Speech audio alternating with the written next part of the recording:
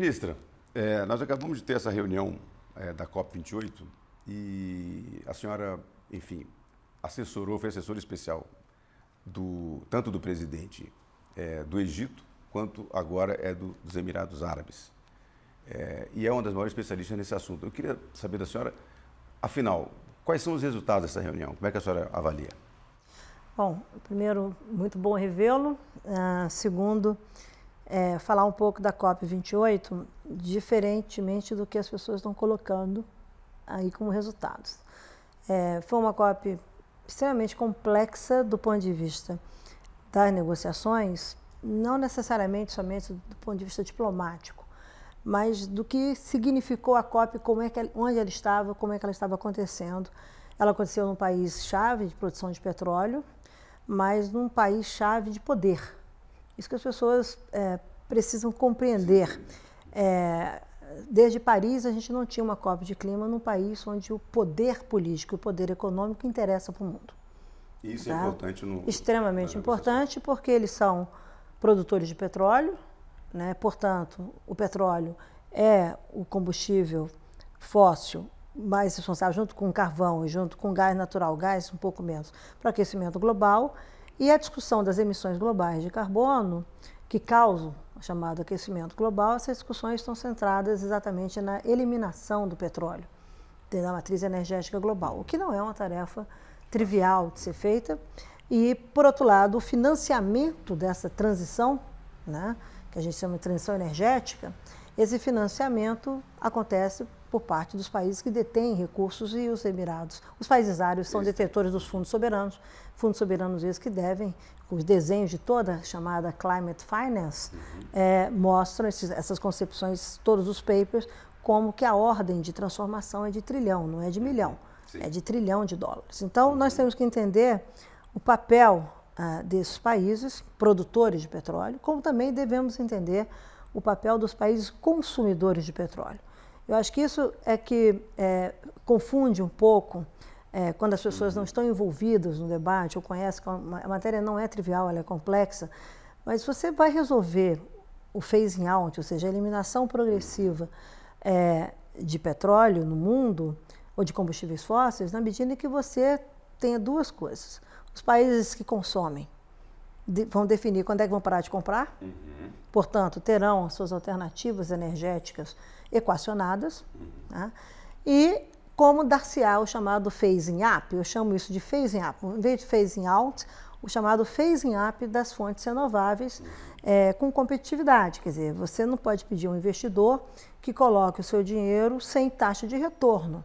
Então, o verde, o chamado produto verde, precisa ter taxa de retorno, o investimento tem que ter retorno, tem que ter competitividade, tem que ter, com isso, subsídios, incentivos. Então, você tem que deslocar o incentivo do phasing out, daquilo que vai progressivamente ser abandonado, por isso é phasing, para aquilo que você vai progressivamente alinhar com competitividade, com justiça, né? Porque você não pode criar novos abismos entre países e sociedades e serem alternativas que possam ser, de fato, adotadas por todos os países do mundo, porque o problema é global.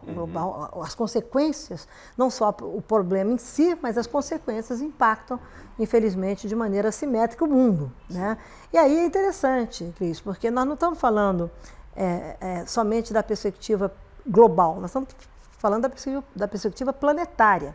Então, você coloca uma nova dimensão no mundo de relação entre sociedades, países, negócios, investimento, que eu chamo assim, de dimensão global planetária, né? Você, de fato, está lidando com fronteiras, chamadas fronteiras do planeta, você está lidando com situações que você não controla, e foi uma COP que aconteceu também, ela é importante nessa perspectiva, que é o ano mais quente, que já tem registro, e, portanto, nós estamos vivendo já os extremos climáticos com efeitos em todo o mundo. Tá? O negacionismo diminuiu? O negacionismo daqueles que acham Olha, isso é muito interessante ser perguntado, porque na área de energia, os produtores de petróleo e que operam, portanto, são os responsáveis, junto com quem compra petróleo, para a eliminação progressiva de petróleo, eles não são negacionistas. Então, 3/4 da emissão de petróleo, de emissão de gás de efeito de estufa, 75%, 70% estão associados exatamente à questão da energia. Tá? E no debate de energia não há um negacionismo, isso já foi superado há muito tempo. Né? Tá? A ciência é muito clara em relação a isso. O outro lado das emissões é pelo uso da terra, desmatamento, agricultura, etc. E aí o Brasil tem um papel importante, os países em desenvolvimento têm um papel importante, e aí você tem, nesse campo, nessa constituency, negacionistas. Tá? Então, é muito interessante o desafio. Há, na realidade, duas questões muito objetivas quando você fala de transição energética, além da questão da guerra. Né? A questão da guerra tirou a transição energética e voltou a segurança energética. Exato. Das guerras, não só das guerras. Mas é o fato de que você precisa saber que países têm soluções de curto prazo para a sua matriz energética. A grande maioria dos países do mundo, a grande maioria é absolutamente dependente de combustíveis fósseis. Absolutamente dependente. O Brasil tem uma posição muito confortável, tanto na sua matriz elétrica, cerca de 90% com base em renováveis, e na sua matriz energética, vamos ser aqui generosos, 50-50. 50% de renováveis, 47%. Então, o Brasil também tem um grande desafio na questão de combustíveis fósseis, na questão de mobilidade, ou seja, na questão como é que o Brasil vai fazer essa transformação sua energética, sendo que o Brasil é um país com alternativas. Nós temos alternativas de todas as fontes energéticas nesse país e nós temos singularidades, como é o caso da Amazônia. Sim. Então, é importante a gente entender o desenho e entender que não há, mesmo nos países produtores de petróleo ou dependentes de petróleo, não há uma situação homogênea. Você vai para o lado ocidental, para o mundo não ocidental, não é homogêneo. Tá? E daí a complexidade de você sair de um campo que é o país que produz problemas para ser um país que produz soluções. E aí a relação de poder no mundo está mudando. Né? Os árabes, neste momento, eles estão, enfim, tendendo a entrar no grupo daqueles que procuram a solução? Eles estão financiando os dois lados. Isso é muito interessante. Assim. Uma das coisas que me chamou a atenção, e eu tive a oportunidade de ir ao lançamento, foi de um investimento de uma companhia brasileira produzindo combustível a partir da macaúba, tá? E o investimento de 2,5 bilhões de dólares pelos árabes, na Bahia. Tá? Isso, se você for no conceito amplo que o mundo discute, isso é bioeconomia. Financiamento, a discussão de financiamento climático ela é extremamente complexa, ela tem um lado do financiamento público, e aí você tem uma reforma do sistema multilateral, a reforma do FMI, Sim. a reforma da Organização Mundial do Comércio, a reforma do Banco Mundial, dos bancos de desenvolvimento, isso tudo está em acontecimento. Isso vai ser muito interessante a gente acompanhar esse debate num outro patamar com a presidência do Brasil aqui do G20 neste próximo ano. Tá? O chamado track de Climate Finance, ou de Finance, tem Climate Finance, né? E tem essas coisas todas acontecendo. E tem o lado do financiamento privado. Né? Uma das questões que as pessoas mais falam, o setor privado tem que estar envolvido. Tem. O setor privado precisa de regras claras. Sim. Né? O setor privado não entra com greenwashing. O setor privado entra para green doing se ele tiver como caminhar. Então, ele tem que ter boa regulação, ele tem que entender o projeto, tem que estar na visão do país que ele investe, tem que estar na estratégia do país. Nós não temos isso ainda no Brasil, né? Essas regras claras. O Brasil, assim, ele foi um país que comandou essa agenda e foi um dos 5 países líderes na questão de Paris. Eu tive a honra de chefiar a delegação brasileira.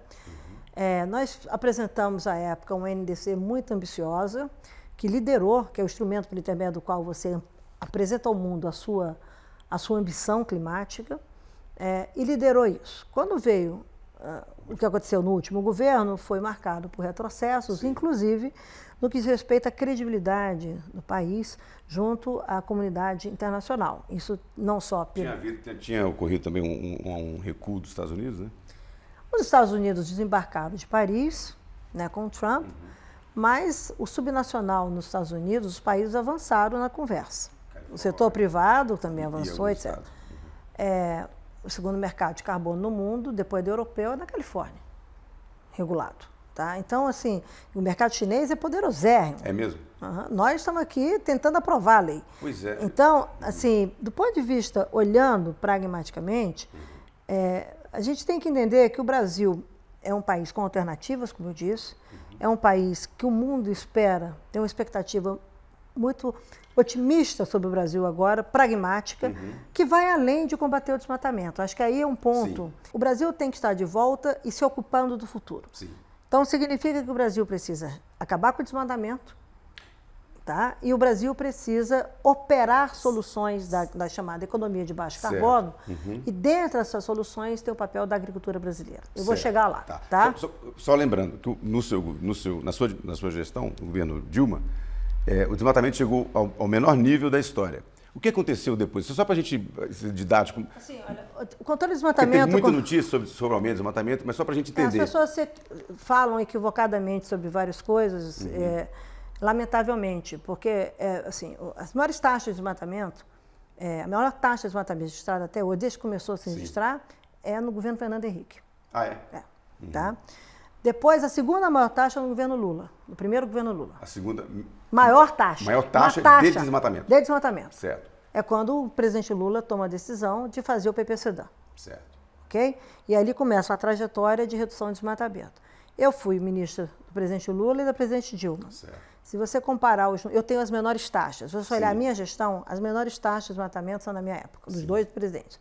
Se você olhar períodos de governo, quem tem a menor taxa de desmatamento da história, o governo tem a menor taxa, é o governo do presidente Dilma. Exato, tá? Exatamente. Então, as pessoas, porque caiu em 2012, subiu em 2013 e caiu depois. Você não corta, desmatamento é ilegal, é crime. A complexidade de enfrentar o crime não é assim, é que nem taxa de homicídio. Né? No Brasil é proibido matar, mas se mata. E se mata mais que guerra. Tá? Então, você enfrentar isso com um crime organizado, que se organizou com uma dimensão muito mais complexa nos últimos 5 anos, 4 anos, o enfrentamento ao desmatamento é uma decisão estratégica do Estado, importante, do governo, da sociedade, mas a discussão climática vai além da redução do desmatamento, do fim do desmatamento. A discussão climática, isso que eu falo, o mundo espera do Brasil tá? Soluções e engajamento, onde o Brasil é provedor de soluções nas suas emissões. Onde é que o Brasil como é que são as emissões brasileiras? 70%, 75%, 50% de desmatamento. É mesmo? 50% de desmatamento. Então, é o chamado carbono não econômico. Carbono que vem do crime, mas chega na atmosfera do mesmo jeito, aquece do mesmo jeito. Tá. Então, uma coisa é enfrentar esse desmatamento, entender as origens, não só do ponto de vista de crime, de segurança, mas economicamente falando, como prover à Amazônia de soluções econômicas que permitam geração de renda para os municípios, e não esquecendo que a ilegalidade convive de maneira muito próxima com a informalidade. Exatamente. Tá? Então, isso é uma dimensão. A outra dimensão, que não é só da Amazônia, do Brasil, eu estou transformando a economia do Brasil.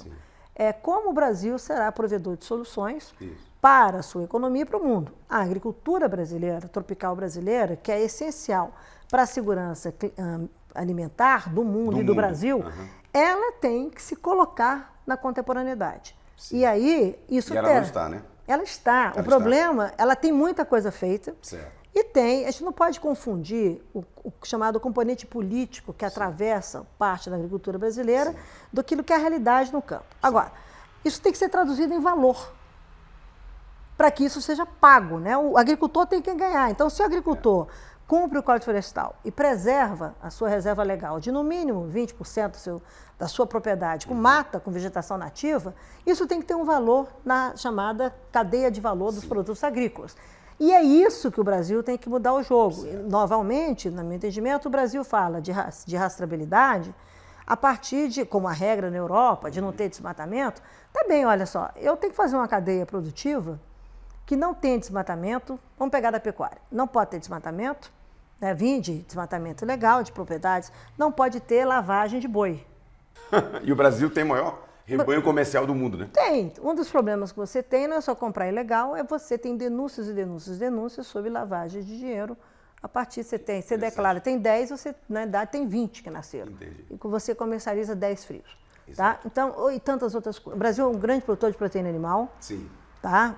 Tanto bovina como... Para a Ásia, inclusive. É essencial para tudo, gente. Olha só. Se a outra geração vai ser vegana, não sei o quê, mas o mercado de proteína animal continua. Continua. Tá? O que você tem que fazer é vender esse seu boi com toda a excelência que você vende, sem desmatamento, sem ilegalidade. Isso é um lado. Mas com um detalhe, como o Brasil tem Código Florestal, você tem eficiência, por exemplo, no uso da água na produção desses alimentos, de produção desses animais. Você consegue criar o boi em pasto hoje com menor tempo para emitir menos. Tá? Você incrementa a produtividade, você protege a natureza, você faz técnicas de manejo de solo. Isso tem que estar na rastreabilidade. Isso tem que ser um valor, isso é o positivo.